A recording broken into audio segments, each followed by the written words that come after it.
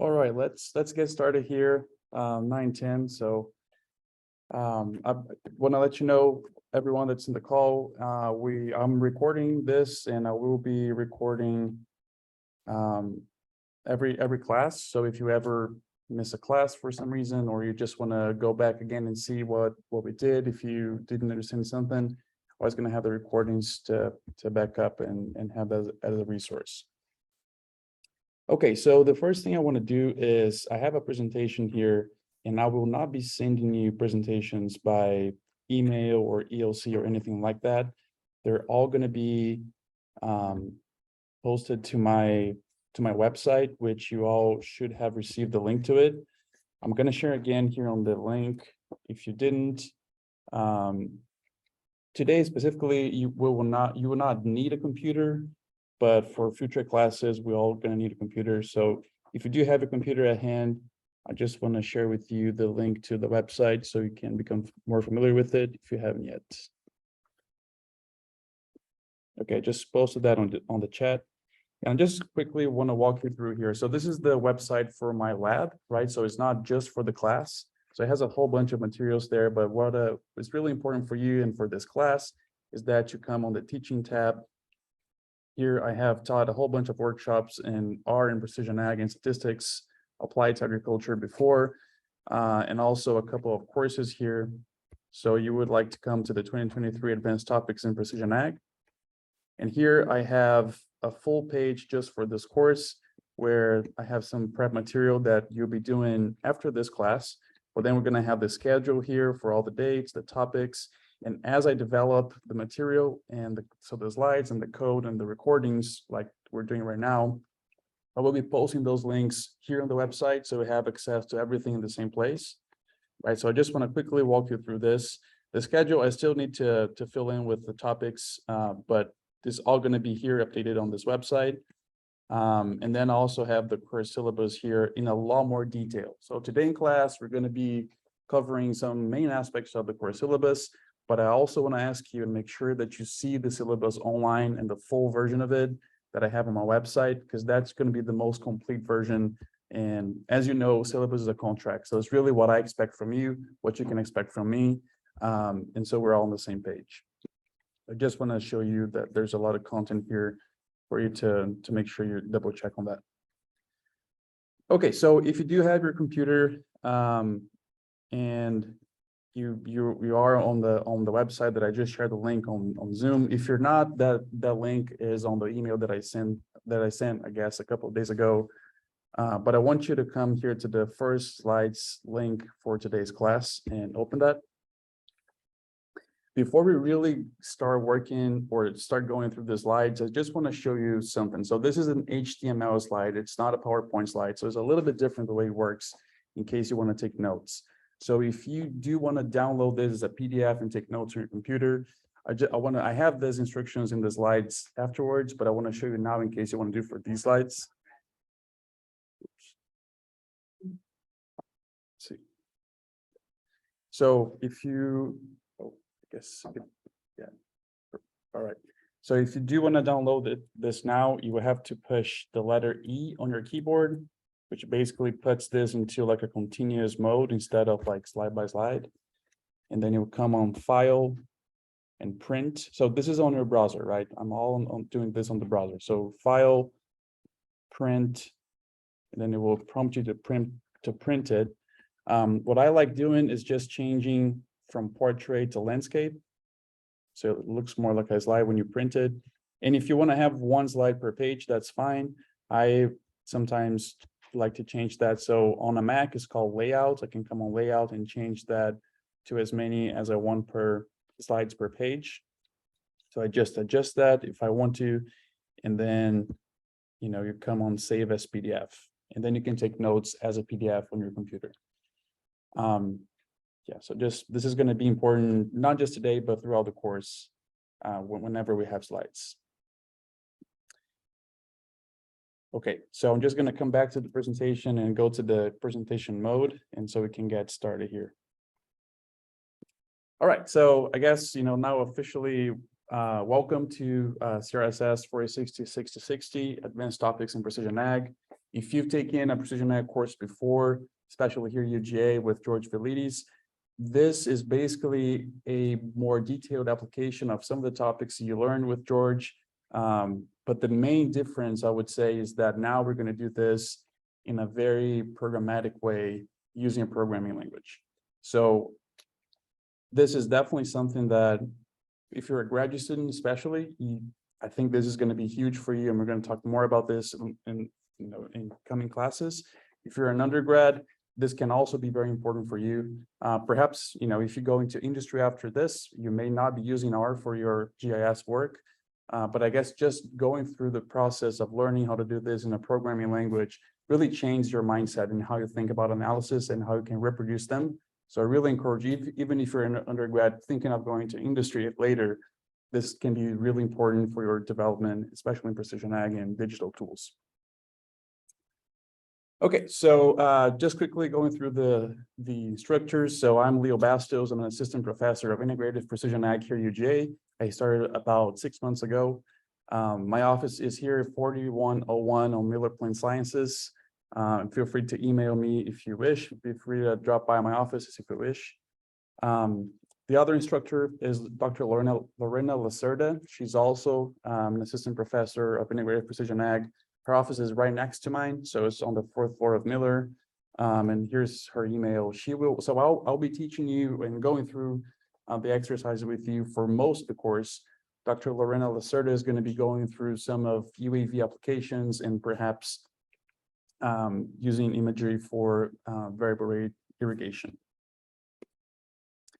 So let's just go through some of the main topics that we have here in the syllabus. Again, so this is, if you are following on the internet, every time you see on my slides a blue thing is a link, so you can click to that. That will take you to whatever I'm telling you that is in that link. So here that link is for the full syllabus that I just showed you on my website. Let's just go through a quick syllabus rundown here. So this is really important. This class is being offered in person, as you all know that where you are right now, but also remotely, right? So we have 3 campuses attending this course. So this is going to be something that's going to be important and depending on where you are. So lectures are going to be Mondays and Fridays, 9 to 10 to 10 a.m.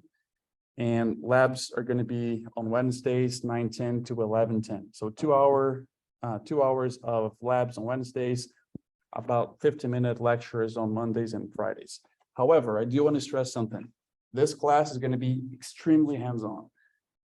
Today is probably the only class we're not going to be coding. Every class from now, regardless if it's Monday, Wednesday, or Friday, we will be coding. So bring your computer.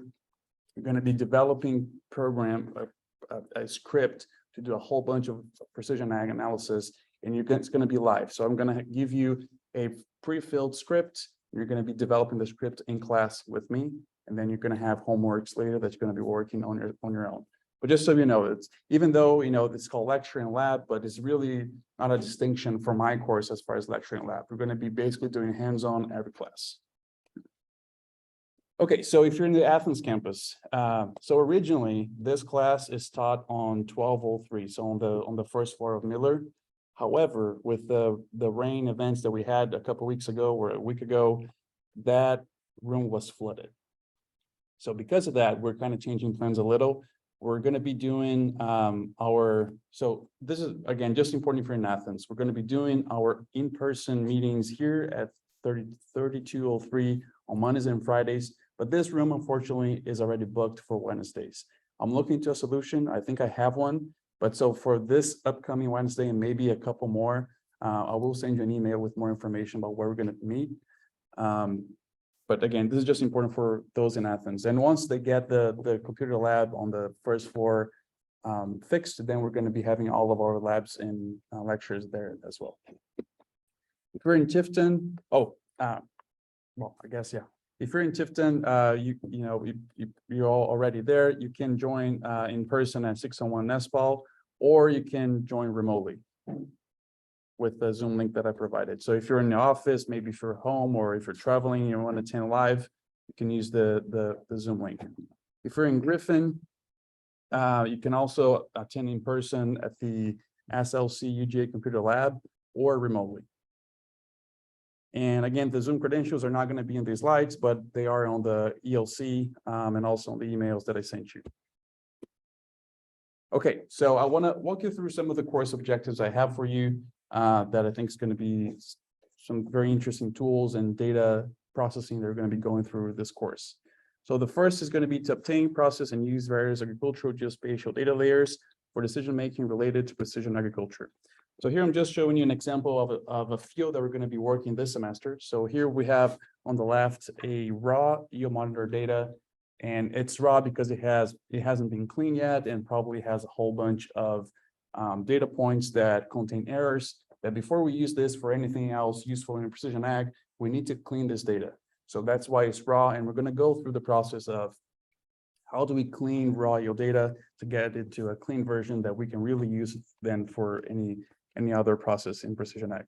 And also an elevation map from the same field here is also something we're going to be building, is collecting, processing, cleaning, building these maps and using them for decision making in precision ag. And for this field specifically, which is a field from a producer in South Georgia. Okay, so my second objective here is to explore different data types. So those would include publicly available data. So let's say if you become a consultant, or even if you have your own business and you know, before you even go and collect data, collect soil samples, whatever it is, you want to have some idea of what that field looks like, what's the variability. I want to show you some publicly available data sets that we can collect related to weather, soils, satellite remote sensing that you can use even before putting foot on a field, just having all that intelligence even before you go, if that's what you need. But also using private data, right? So private data would be something like a yield monitor data, a soils data. So if you go and collect do a grid sampling, how you process that private data, and also UAV remote sensing, which is again the part that Dr. Lorena is going to be helping you with. So here, just a quick example. So here on the left, we have a green NDVI maximum value for the growing season for this field. This is something coming from a publicly available satellite called Sentinel that we're going to be exploring. And then interpolated yield and soil electrical conductivity layers, which are two really important layers for precision ag. We're going to go through all those steps.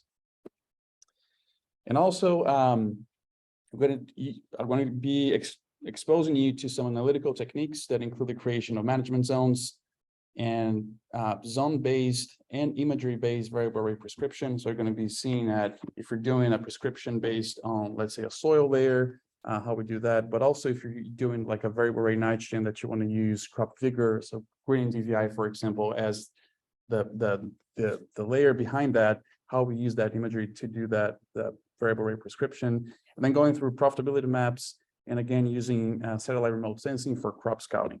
I just want to show here a few examples. So one is for the same field that I was showing you before. We do 2 zones and we apply, in this case, 2 different rates of UAN, also going through a profitability map. And then on the far right here, we just have a collection of satellite imagery from a field where this is a field here as well in Georgia where the producer was having some issues. And I just pulled some imagery to see what was going on, when could we see the issues appearing first on imagery, and if we could have done something earlier if we had this imagery when the producer noticed that issue. So we're going to go through that as well. And lastly, I just want to again reiterate this.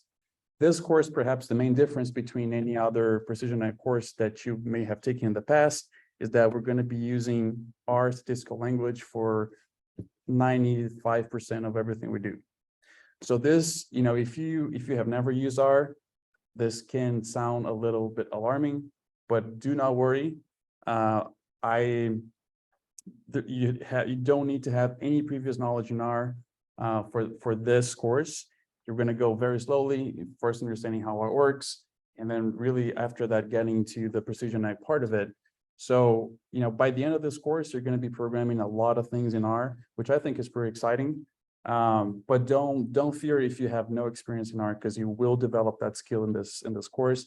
I taught this course last year. We had over half the class were undergrads that had never seen R before, and to tell the truth, some of them did actually way better than the graduate students that had already seen art before. So just want to tell you that do not fear.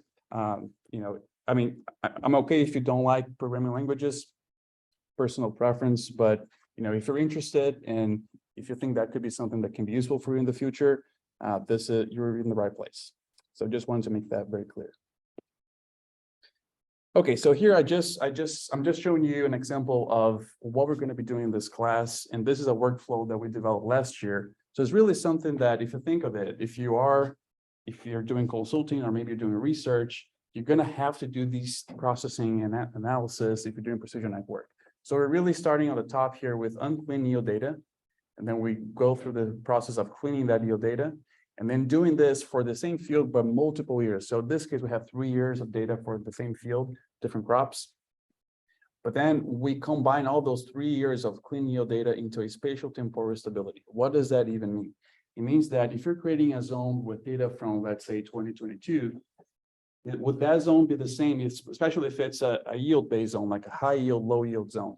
Would that zone be the same if you did that for the year previous to that, or maybe to the year after that? Does that zone change? Like, is this place in the field always high yielding, or is it low yielding sometimes? So that's basically what that spatial temporal stability exercise does for us, is to really helps us understand the yield variability, not just within the field within one season, but across years as well. And then here in the bottom, we just have some different layers related to soil. So on the 3 top ones are related to elevation, slope, aspect. The 2 bottom ones are soil electric conductivity collected with the various. If you're not understanding much of what I'm saying now, do not worry. We'll go through these very slowly throughout the course. You will understand the value of these layers, how we're using them. But then we're basically using all these layers to create zones, and then we clean those zones into a smooth zone, and then use some algorithm to direct variable rate in those zones. This is just one of the workflows that we're going to go through this class, just so you see what's ahead. Okay, so as far as course topics, as I told you, it's going to be majority of this course is going to be taught in R. So we're going to go through intro to R, so we're all on the same page. Then we're going to start using R as a geographic information system. I'm going to be accessing some publicly available geospatial data layers through R, especially, and that's all going to be focused on Georgia. So we're going to be looking at different aspects of different crops in Georgia at the county level, and you're going to have an exercise for that where we're going to be exploring, doing some maps and doing some analysis with that. Then we're going to get into interpolation. There are a few different types of interpolation methods we're going to be exploring in this course. Then we're going to start getting to bring in yield monitor data. As I was telling you, they come in raw, so with multiple errors. We're going to be cleaning those and making sure that they are properly processed before we use them. We're going to do terrain data processing. This basically just means we're going to take elevation and make maps with elevation and also derive other variables from it, like slope and aspect. We're going to be doing management zones. There's going to be a part on UAV remote sensing where you're going to be exposed to. So we're not going to fly in this class, but we're going to be provide a data set that's coming from a mission that was flown in the field, and going to go through all the steps to how to process those imagery into one big imagery for that field using Pix4D. This is going to be covered by Dr. Lacerda. Then we're going to go into variable rate prescription, both zone-based and imagery-based, profitability maps, and using satellite remote sensing for crop scouting. So this is what I have for now. This may change. We may add more things to it, but at least this is the backbone of our course this semester. Okay, so as I was telling you, all classes will be recorded, and I will post this on the YouTube channel of this course. So if you need to go back to this, if especially if it's a coding class where we're going to be doing, working in R, if something was confusing, if you fell behind, you always have the recordings to go back to. However, this is just a supporting tool. I do not want you to miss class and just, later catch up on YouTube if you don't have to miss class. Of course, if you're traveling, if you're sick or something, we can always arrange that. Let me know in advance. But if you can attend class live, that's the best way for you, because then we can really interact and you don't fall behind, because three meetings per week. And if you start falling behind, that can be dangerous. Okay, so assessment and grading, just going quickly here. We're going to have a mini project early on the semester that we're going to be using USDA National Agricultural Statistical Service data. So this is going to be data on production, yield, planted area, on different crops at the county level in Georgia. I'm going to show you how to find this data, how to download it, how to process it, and understand what's going on. We're going to have a midterm exam. We're going to have maybe 4 or 5 homework assignments, in-class quizzes. So in-class quizzes are, it's basically, I'm not going to announce them beforehand. They're going to happen. It's going to be about that class. So as long as you're paying attention to the class, you should be fine with that. And then we're going to have a final project where I'm going to give you a lot of raw data. So we're going to go first in class, go through all that process, going from raw yield data all the way to profitability maps and everything in between. And then the final project, I'm going to give you basically raw data for another field, and I'm going to replicate all of everything you learned, but on a new data set. And then class participation as well. This is the breakdown of the grades and the percentages for those activities. Okay, so there are 3 links that are going to be important for us in this class. So the first one is going to be the course website, which we went through already. Again, if you have this presentation on your browser, you can just click on that. That's a link. It takes you to the page that I just showed you. We're going to be using GitHub a little bit. It's not going to be, this class is not going to be completely based on GitHub. So if you have if you haven't used GitHub in the past, don't worry. But it's basically, you can think of GitHub as a cloud storage service. I'm just going to open here. We have a GitHub repository for this course, which is where I'm going to share material with you. So basically here is the material for this year's class. We'll be talking about this a little bit later, but we have a link here where all the materials, so including scripts and data and completed versions of the scripts after we finish a class, are all going to be here on this GitHub. I'm going to close that. And then again, we have a course YouTube channel where I'm going to be posting all the videos. Right now it's empty, but as we go through classes and record them, I'm going to post them here. So if you need to catch up or do something, you have that as a resource. Okay, so we just went through this, so I'm not gonna show you again, but this is just the instructions that for if you want to download the slides that I post, you're going to do that. We just went through this before we started the recording, but the instructions are here in case you need to refer to them. Now, asking questions. So we have, I think at least this morning, we had like 16 people enrolled in this class, and we have all those 16 people are spread across 3 campuses. So what I really want to discourage is if you have a question about material, about coding, you got stuck, or it's not working, whatever it is, if it's related to technical issues, you're going to post on GitHub, and I'll show you how to do that. If you have a question that's, perhaps you need to miss a class or something more personal, yes, email me, please. But if it's technical, I want you to put that question on GitHub and as an issue. And I will show you how that works in a second here. So to do that, so that GitHub repository I just showed you, the GitHub page for our course, if we just go there. So if you look on the top right here, it has an issues. Let me try to zoom in here. It has an issues tab that you can click on that. Let me zoom out so you can see. So right now there are no issues, but you would click on new issue and put a title, leave a comment. So say, oh, I'm having trouble with this class, trying to do this part of the code. Can someone help me with this? I want you to do this because, yes, I will help you in case you're stuck, but I also want to give the chance for your classmates to help you. And this is important because, maybe many of you have the same question. So if someone has posted that already, you have a resource to go and see if someone already has given the answer to that. But also because if you do know the answer to that, you can help other people as well. And of course, in the beginning, maybe you're not as familiar with R. It's going to be more difficult for you to help, especially if it's R related. But as the course progresses, you're going to be catching up very quickly, and you may be able to help others. So I do want this to be used as a resource, especially because this is going to count as participation as well. I know that some people don't like asking questions in class. Maybe you're introverted, maybe you just don't feel comfortable, totally fine. But this is, if that's your case, this is the perfect place where you can help others and participate in class without having to ask questions in front of a whole bunch of people. So just wanted to put this out there. And I think we actually have a quick exercise here. Yeah. So let's try out. I want to show you. So if you're following again the presentation on this HTML, this GitHub repository is a link. You can just double click on that and go to that link. I will also post this link on our Zoom. Oops. Let's see. On our chat, so we can all. You can have access to that as well. So I'm going to go there on this link that I just shared with you. I'm going to go on issues.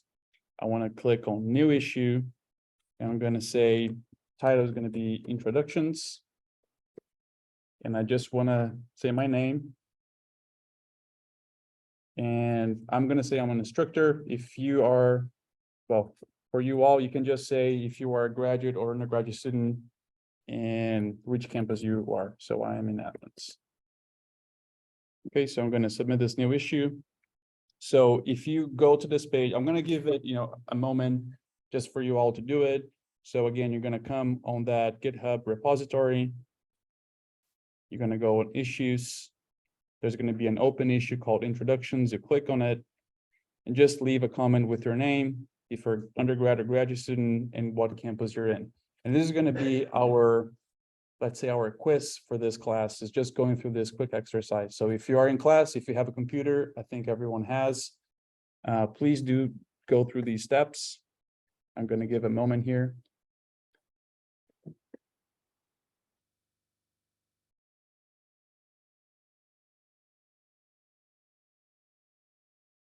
If anyone online has any questions or issues, please unmute yourself and feel free to speak up. I was going to do this, but it's making me sign up, so I'm signing up right now. Then I'm going to. Yes. Yeah, that's a good point. So if you don't have a GitHub account, please sign up for one. We have some time here that we can use for that. It should be pretty straightforward. It's free. It's not going to cost you anything. So yeah, if you don't have a GitHub account, sign up for one and log in, and then follow the instructions to fill the questions here.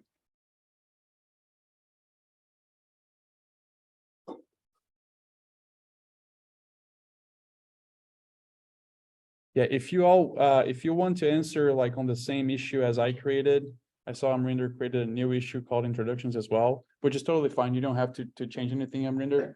But everyone else, if you want to use the issue that I created and just respond right below there, please do so.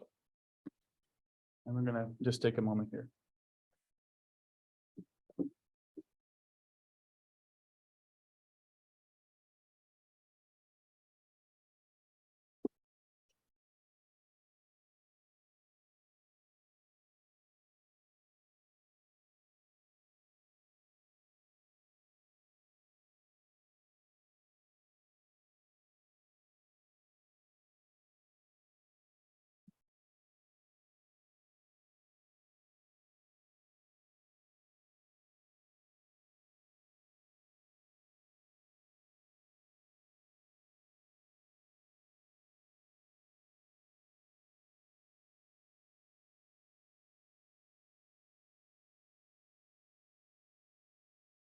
Again, if anyone has any issues, please let me know and I'll be glad to help.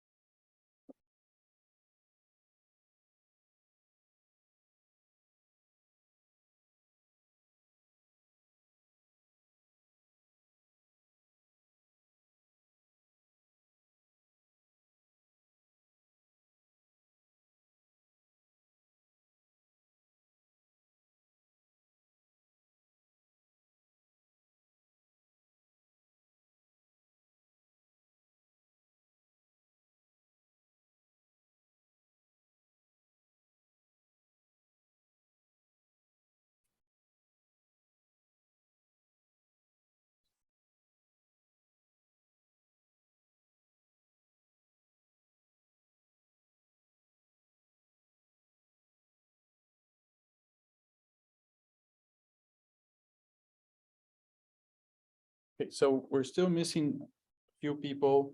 If you need help, if you got stuck somewhere, please speak up now. So, oh, sorry, what's that?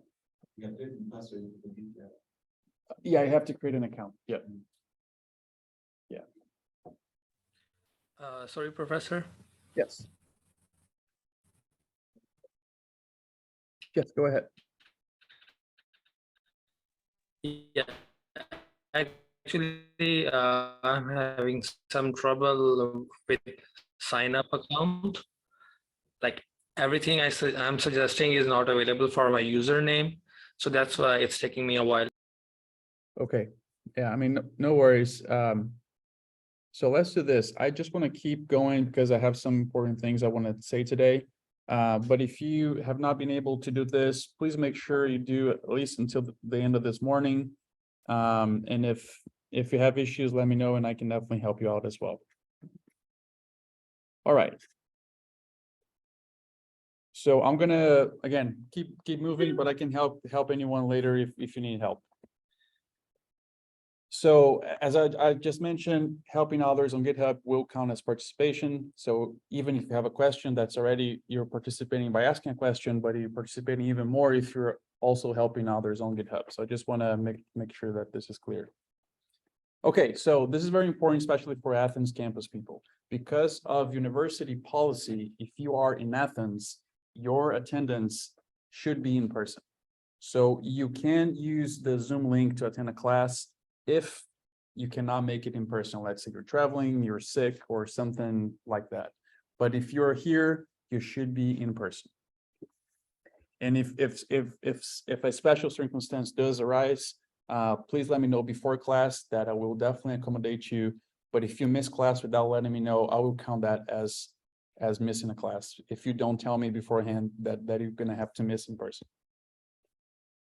For everyone else in Tifton and Griffin, you have the choice to attend in person at the location that I mentioned earlier, but you also have the choice of doing the Zoom link even if you are on campus, on your campuses.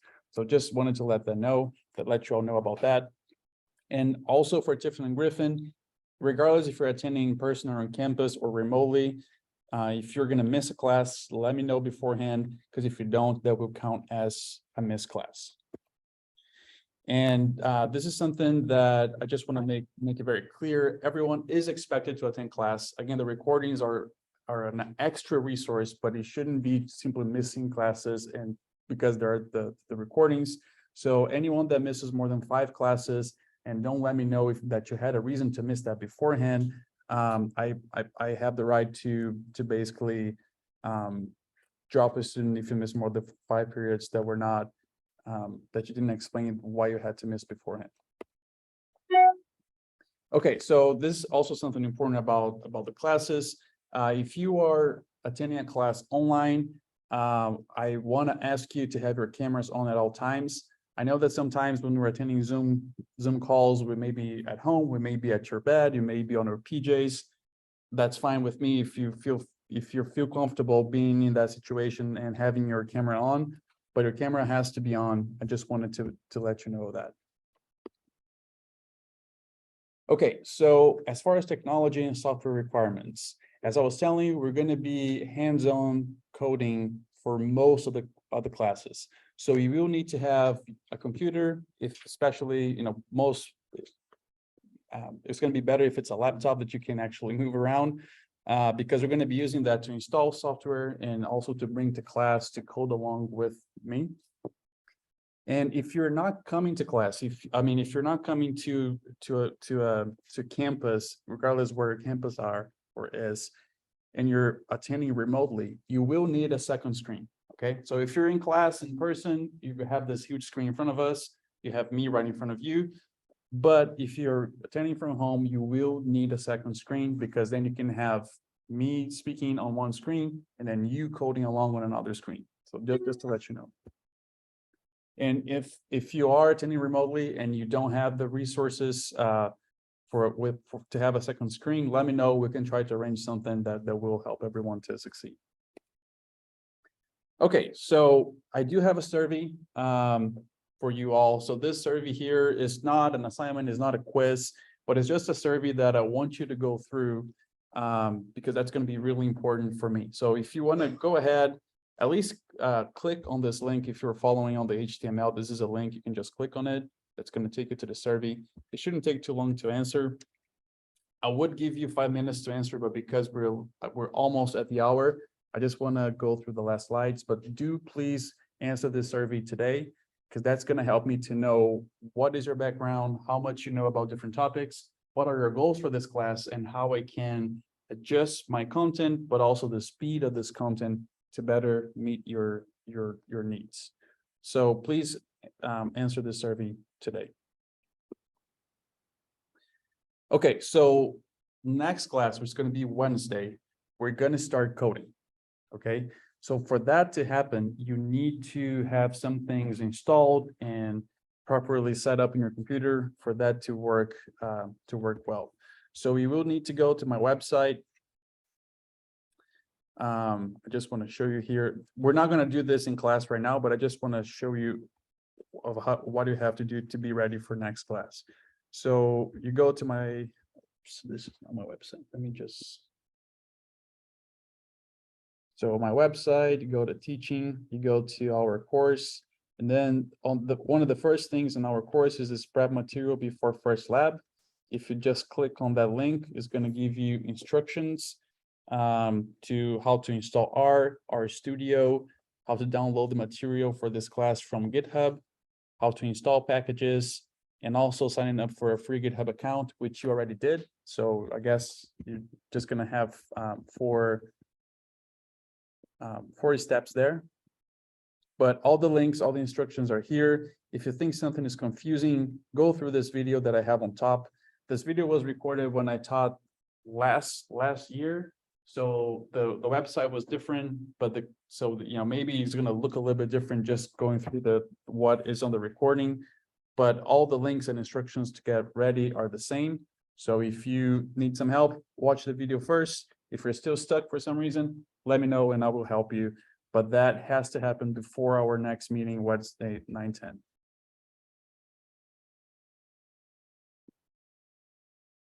Okay, I think that's all I had. So, I just wanted to tell you about the syllabus, about what I wanted you to be ready for before our next meeting. And does anyone have any question at this point?